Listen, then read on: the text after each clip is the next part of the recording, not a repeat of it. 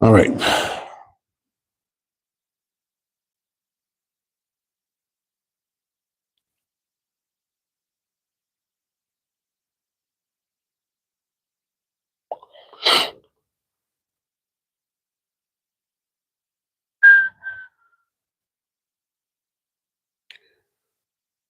All right, this is Sports for Real with Coach Hall. Joining you on this Wednesday morning, kind of a dead period for the NCAA tournament, the ones that count. Uh, Gentlemen pick up tomorrow, and the ladies pick up with their Sweet 16 on Friday. They are still playing some NIT games, and boy, I can see they had some wild finishes yesterday.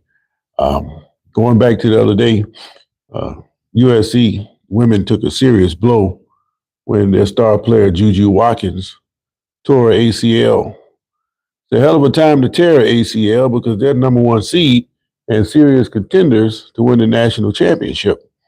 Without Watkins, I don't know if USC is going to make it past the second round. Unless the team can rally around and come up with a way to replace that production that she has, but you never be able to replace that presence she had on the court. So I don't think USC is going to go much farther now. And it's unfortunate because they had a good chance to win the championship. Although I think Connecticut right now is playing the best ball. So barring something catastrophic, I think Connecticut is going to go through the rest of the tournament. They have to get through UCLA. No more worried about USC now. And South Carolina's still out there. And they demolished South Carolina on the road. So it's going to be hard to beat UConn. I saw them play the other night. And at the same time, while I was watching UConn, I was watching North Carolina and West Virginia. And there was a stark difference between the 3-6 game. North Carolina ended up winning by 8 or 9 points. But those ladies were missing a lot of shots, a lot of air balls. And when you look at Connecticut, the way they were shooting the ball, I didn't see any air balls. And just looking at that difference right there lets you know that this team here is hitting on all cylinders, and they're going to be hard to beat. But Juju Watkins, great loss for USC in the sport of basketball, but she'll be back. She's as good as advertised, and such an unfortunate incident. Well, she might be 20 years old now, but she's got a bright future ahead of her. But in this shortened version here, let's talk a little football. Yesterday, the Giants signed Russell Wilson. He's going to get $10 million guaranteed, and he can make up $21 million this year in incentives. Shadow Gaming, how you doing? And last week they signed Jameis Winston. Now note the difference in the contract signings. They signed Winston for 2 years, $8 million. Wilson is going to get 1 year, $10 million guaranteed, and he can make up to $21 million. So that lets you know that the Giants look at Wilson on a higher level than they do a Jameis Winston. But if you look at it closely, this is not actually a bad move for the Giants. They got a little insurance policy for 2 years with Winston. He can come in and he might throw an interception, but he can make some plays for you and win you a couple games. JC, how you doing, man? Nothing much, Shadow Gaming. Everything's cool. Winston could come in and win you some games if he don't make the mistake to get you beat. So he is a suitable backup in the NFL. And Wilson is very manageable as a starting quarterback. He only turned the ball over like 5 times last year. So the Giants, they're fortifying their quarterback room. And what they're going to need to do is pick up some other players to possibly run the football better, show up that offensive line, and improve themselves that way. But like I told you guys all the time, there's not a whole lot of difference between the worst team in the NFL and the best team. So it doesn't take but a couple of moves, and you won't know until midseason about which team made those better moves. But the question now remains, with the third pick in the draft, What will the Giants do with it? You got your two quarterbacks. Do you still draft or consider drafting a quarterback like you're doing Sanders? But it looks like to me Cam Ward is going to be picked number one in quarterbacks, if not number one overall. So with the two pickups that you have for the Giants, does it make sense now to still get a quarterback like a not Jameis Winston, but a Shedeur Sanders? The problem with Sanders, what I'm hearing and reading in the reports, a lot of the insiders think that he's already reached his upside. He's not going to get any faster. He's not going to get any bigger. He's already technically sound. So where can the improvement come from? And if he's what they're saying he is, what sense would it make to draft him and sit behind a veteran quarterback until he got his legs under him? Well, it's always an advantage for a younger guy to sit and watch and learn, if nothing else, but to pick up the way that the NFL prepares and adjust to games. He can learn just by doing those things. But I'm starting to think that maybe the Giants don't think that Sanders is going to be there. If Ward goes, maybe the Browns may pick up Sanders with the second pick, and then that'll leave the Giants out of the running for a quarterback. But with the two signings, they're not really concerned at this point about getting a rookie quarterback. So what may end up happening is a guy like Travis Hunter may fall into their lap. And if that's the case, then they're going to snatch him up real quick.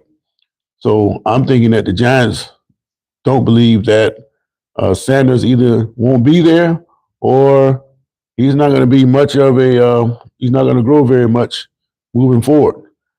Something along those lines that made them want to get the two quarterbacks that they have. Now, this thing opens up a lot of questions. And one question that people aren't talking about is this. Now that you have Jameis Winston and Russell Wilson, are you creating the same kind of situation that you had in Pittsburgh last year with Russell Wilson and Justin Fields? Which quarterback do you start? When one gets to struggling, do you pull him? What do you do? Well, I think Pittsburgh mishandled that situation. I think what they should have done was allow Fields to keep playing as long as he was winning. And when he got to struggling, then you come to the bench for Russell Wilson. Now, I think the Giants, they're going to learn from that situation. And if Russell Wilson can perform well enough like they think he can in this 1 year, then they're going to roll with him. But if he gets to struggling, Winston can play long enough until Wilson gets his act back together. So what they're gambling on really is Wilson being able to put together one season and Winston as a Band-Aid for not only this year, but next year. So I think it's actually a shrewd move for the Giants. But if they mishandle it once the season begins like Pittsburgh did, then they're going to have the same kind of results. All right. Even with Wilson, I don't feel the Giants will make the playoffs. No, I don't think they will make the playoffs because of the moves that the Commanders and the Eagles have made. Now, who knows? Maybe the Eagles took a step back, but they're still going to have that potent offense. So they're going to be a tough out. So coming out of the East, I don't see anything that Dallas is doing that make them on the line with the Commanders and the Eagles. And they're going to be fighting with the Giants for that third and fourth spot in the division. So I don't see the Giants or the Cowboys coming out of this division. Chris Bristol, how you doing, man? Wilson will start. Winston is interception prone in the pass. Yeah, he is. But if you put him in a situation where, let's put it this way, they're saying about Jackson Dart that he was only successful in college because he was in a quarterback-friendly offense. I kind of disagree with that because you still got to stand in there and read it and make the right throw.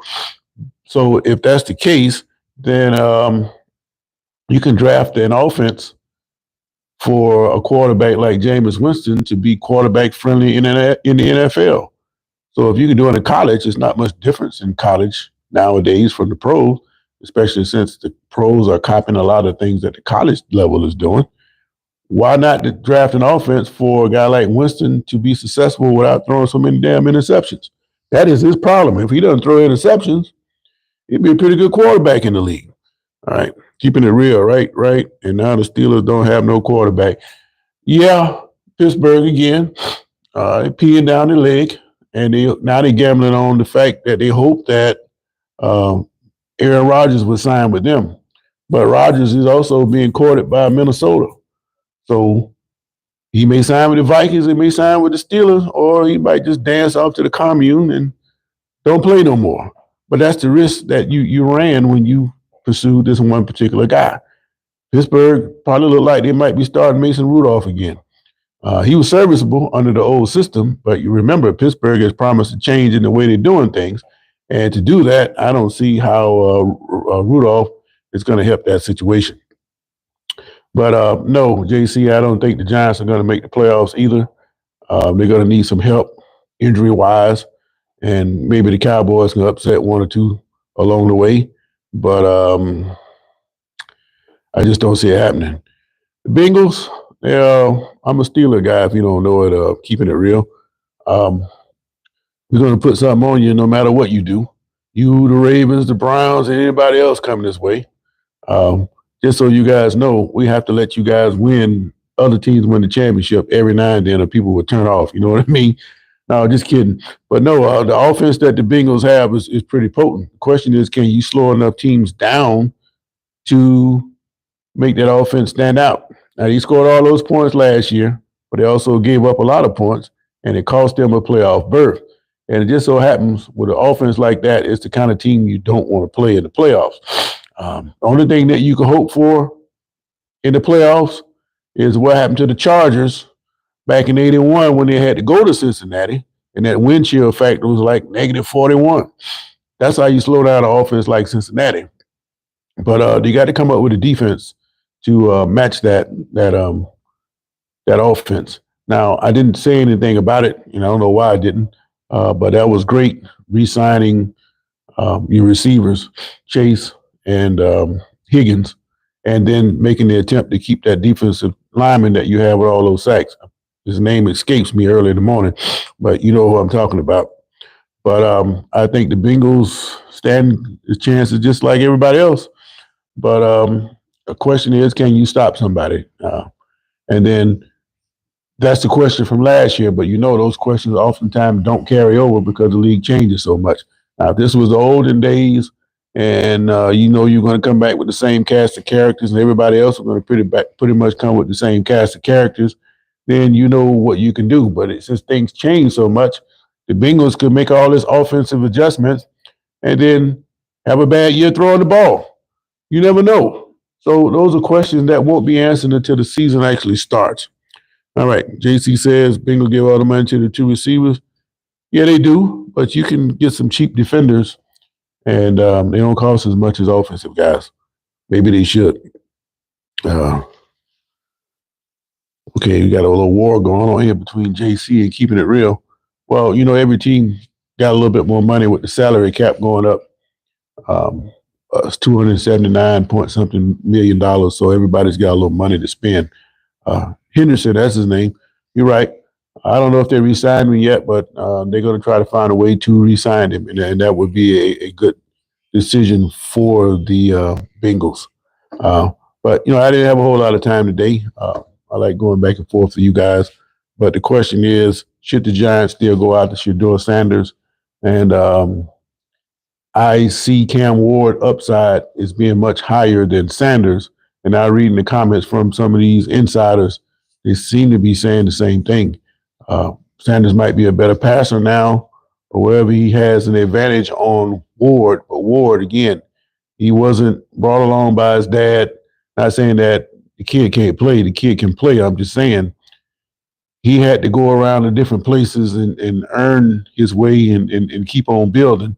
And I think because of that, the drive would be a little bit higher than, say, Sanders would, because even if Sanders never plays, he's going to be straight anyway just because who his people is. So he's good.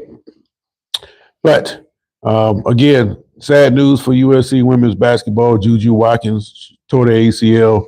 And with that, the hopes of USC winning another championship is gone. But I don't think it was going to matter anyway. Just like I think Duke is going to win it on the men's side, I'm certain that Connecticut is going to win it in the women's side. So that's just my thought on that particular situation. So I appreciate you guys chiming in with me. Like and subscribe. That would be great. Share me up. That'd be even better. Um, and when I get some more breaking news, find out what Aaron Rodgers might do, I'll come in with the breaking news. But if not, I catch you guys in the morning. But meantime, it's that time, man. The bell about to ring, man. I got to go to work. So have a great day wherever you are in the world, and catch you on the next side. I'm out. Well, let me check this poll vote before I go. Should the Giants draft Sanders? 60% of you say yes. I don't know. Giants, they seem to be learning a lesson for what they did last year by losing Saquon and Daniel Jones. So I think they're going to have a different approach this year. I'm thinking they're not going to draft Sanders. They're going to try to get a defender like a Travis Hunter if he's available. And if he is available with that third pick, don't expect the Giants to waste too much time on the phone before they put that card in. So have a great day wherever you are. I'm out.